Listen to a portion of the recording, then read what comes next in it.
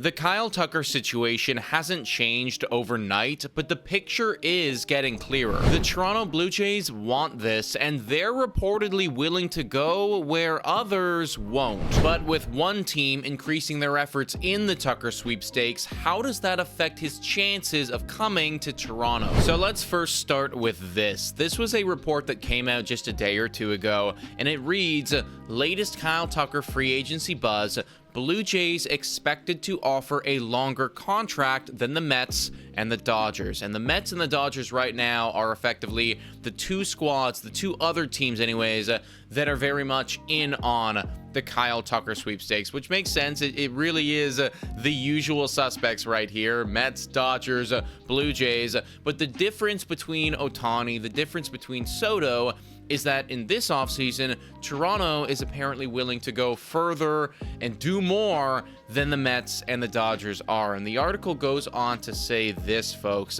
The Athletic's Will Salmon reports that while the Mets, Dodgers, and Blue Jays are among Tucker's options this offseason, New York's preference is to offer a shorter contract. Salmon speculates the Mets would like to make a deal with a length of less than 4 years. However, the Blue Jays, they're expected to offer a longer contract this offseason. He also goes on to say that the Dodgers should not be ignored as they have a history of swooping in and making deals. And in that regard, I can certainly agree with him. We've obviously seen the rug pulled out from underneath us from both LA and New York. So I'm not writing off either of these teams, but if we're to take what he's suggesting here at face value, which is Blue Jays are willing to go longer than the Mets and Dodgers, that theoretically to me is a good thing. And I actually tweeted this out the other day saying, if the Jays are actually the only team willing to go long-term with Tucker,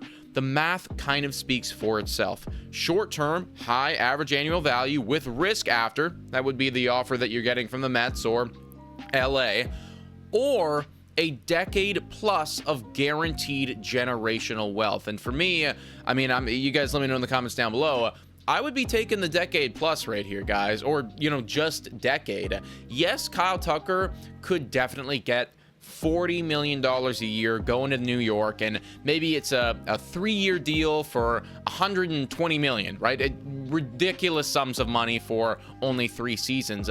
But after that, he would be hitting free agency at age 31, turning 32.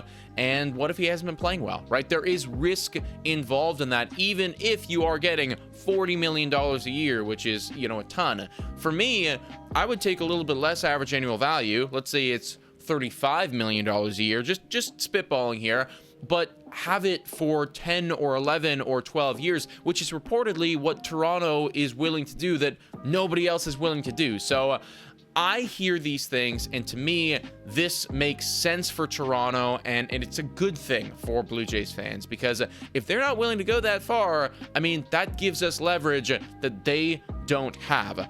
That being said, though, of course, Mets, Dodgers, they have pulled the rug out from underneath us before, as I brought up earlier, so I wouldn't be shocked if they managed to finagle something. But either way, let's take a look at the contracts. This is why this makes sense for the Toronto Blue Jays, because I've been looking at this more closely now as the replacement to George Springer. Right, we have Springer for this season, which we're hoping that he can follow up off of what he did last season. Incredible season last year. But after that, he's going to hit free agency, along with a couple other big spenders right here, like Kevin Gausman, like Dalton Varsho, right? So you're losing some core members of your team. And specifically with George Springer, 1, you pay him a lot of money, so that's a lot of money coming off the books. 2, you're paying him a lot of money for a guy, to 1, hit really well, and then also when he was, I guess a little bit younger, playing that outfield. So a lot of these things for me kind of add up to why Toronto would want to have Kyle Tucker here long term, because that's going to be your George Springer replacement, and he and Vladdy are going to do this thing together, and you're going to have him here for a decade, or maybe if it's not quite a decade, like 8 years or what have you, a long time, and that is going to be your World Series window. Whereas the New York Mets, you look over at their contracts right now, and they really don't have anybody of I guess this is rude to say, but of substance coming off of the books in 2027, right? Louis Torrens, David Peterson. I mean, nobody that is in that same tier or caliber of Springer or Gosman or Varsho, right? Like, that's a lot of money leaving the books for Toronto, and also a lot of talent in the outfield. That's not the case here for the New York Mets. So I understand why they want to have a shorter term deal, but of course that's not stopping them from, as John Heyman puts it, getting opportunistic with it. They are seeing right now how this market is developing, and I just don't think that Steve Cohen can sit back and watch as a player like Kyle Tucker is still on free agency on, what is this, January 10th? Like, let's call a spade, okay? There is obviously an ego associated with Steve Cohen and going out and getting people on free agency. And even though they don't want to spend as big as they spent in years prior on people like Juan Soto and, you know, things like that, he sees an opportunity right here. He is a very savvy, very smart businessman. And if Kyle Tucker is lingering on the market because Toronto hasn't given him that lucrative long-term deal yet, and we'll get to that momentarily, then I think that he is going to really go balls to the wall here and try to go after this thing. So if you're Toronto, yes, you have the leverage in terms of you're the only team willing to give a long-term deal, but you got to play your cards intelligently, because again, Kyle Tucker is a phenomenal baseball player right here. Like, this is a five-tool guy, five-tool player, excuse me. Toronto knows that they are the only team willing to offer him a long-term deal, and because they know that, I think that they're not giving him the best value right now, because why would you, right? There isn't anybody else that is challenging you, right? Like, why would you give him $400 million if nobody's even offering $350?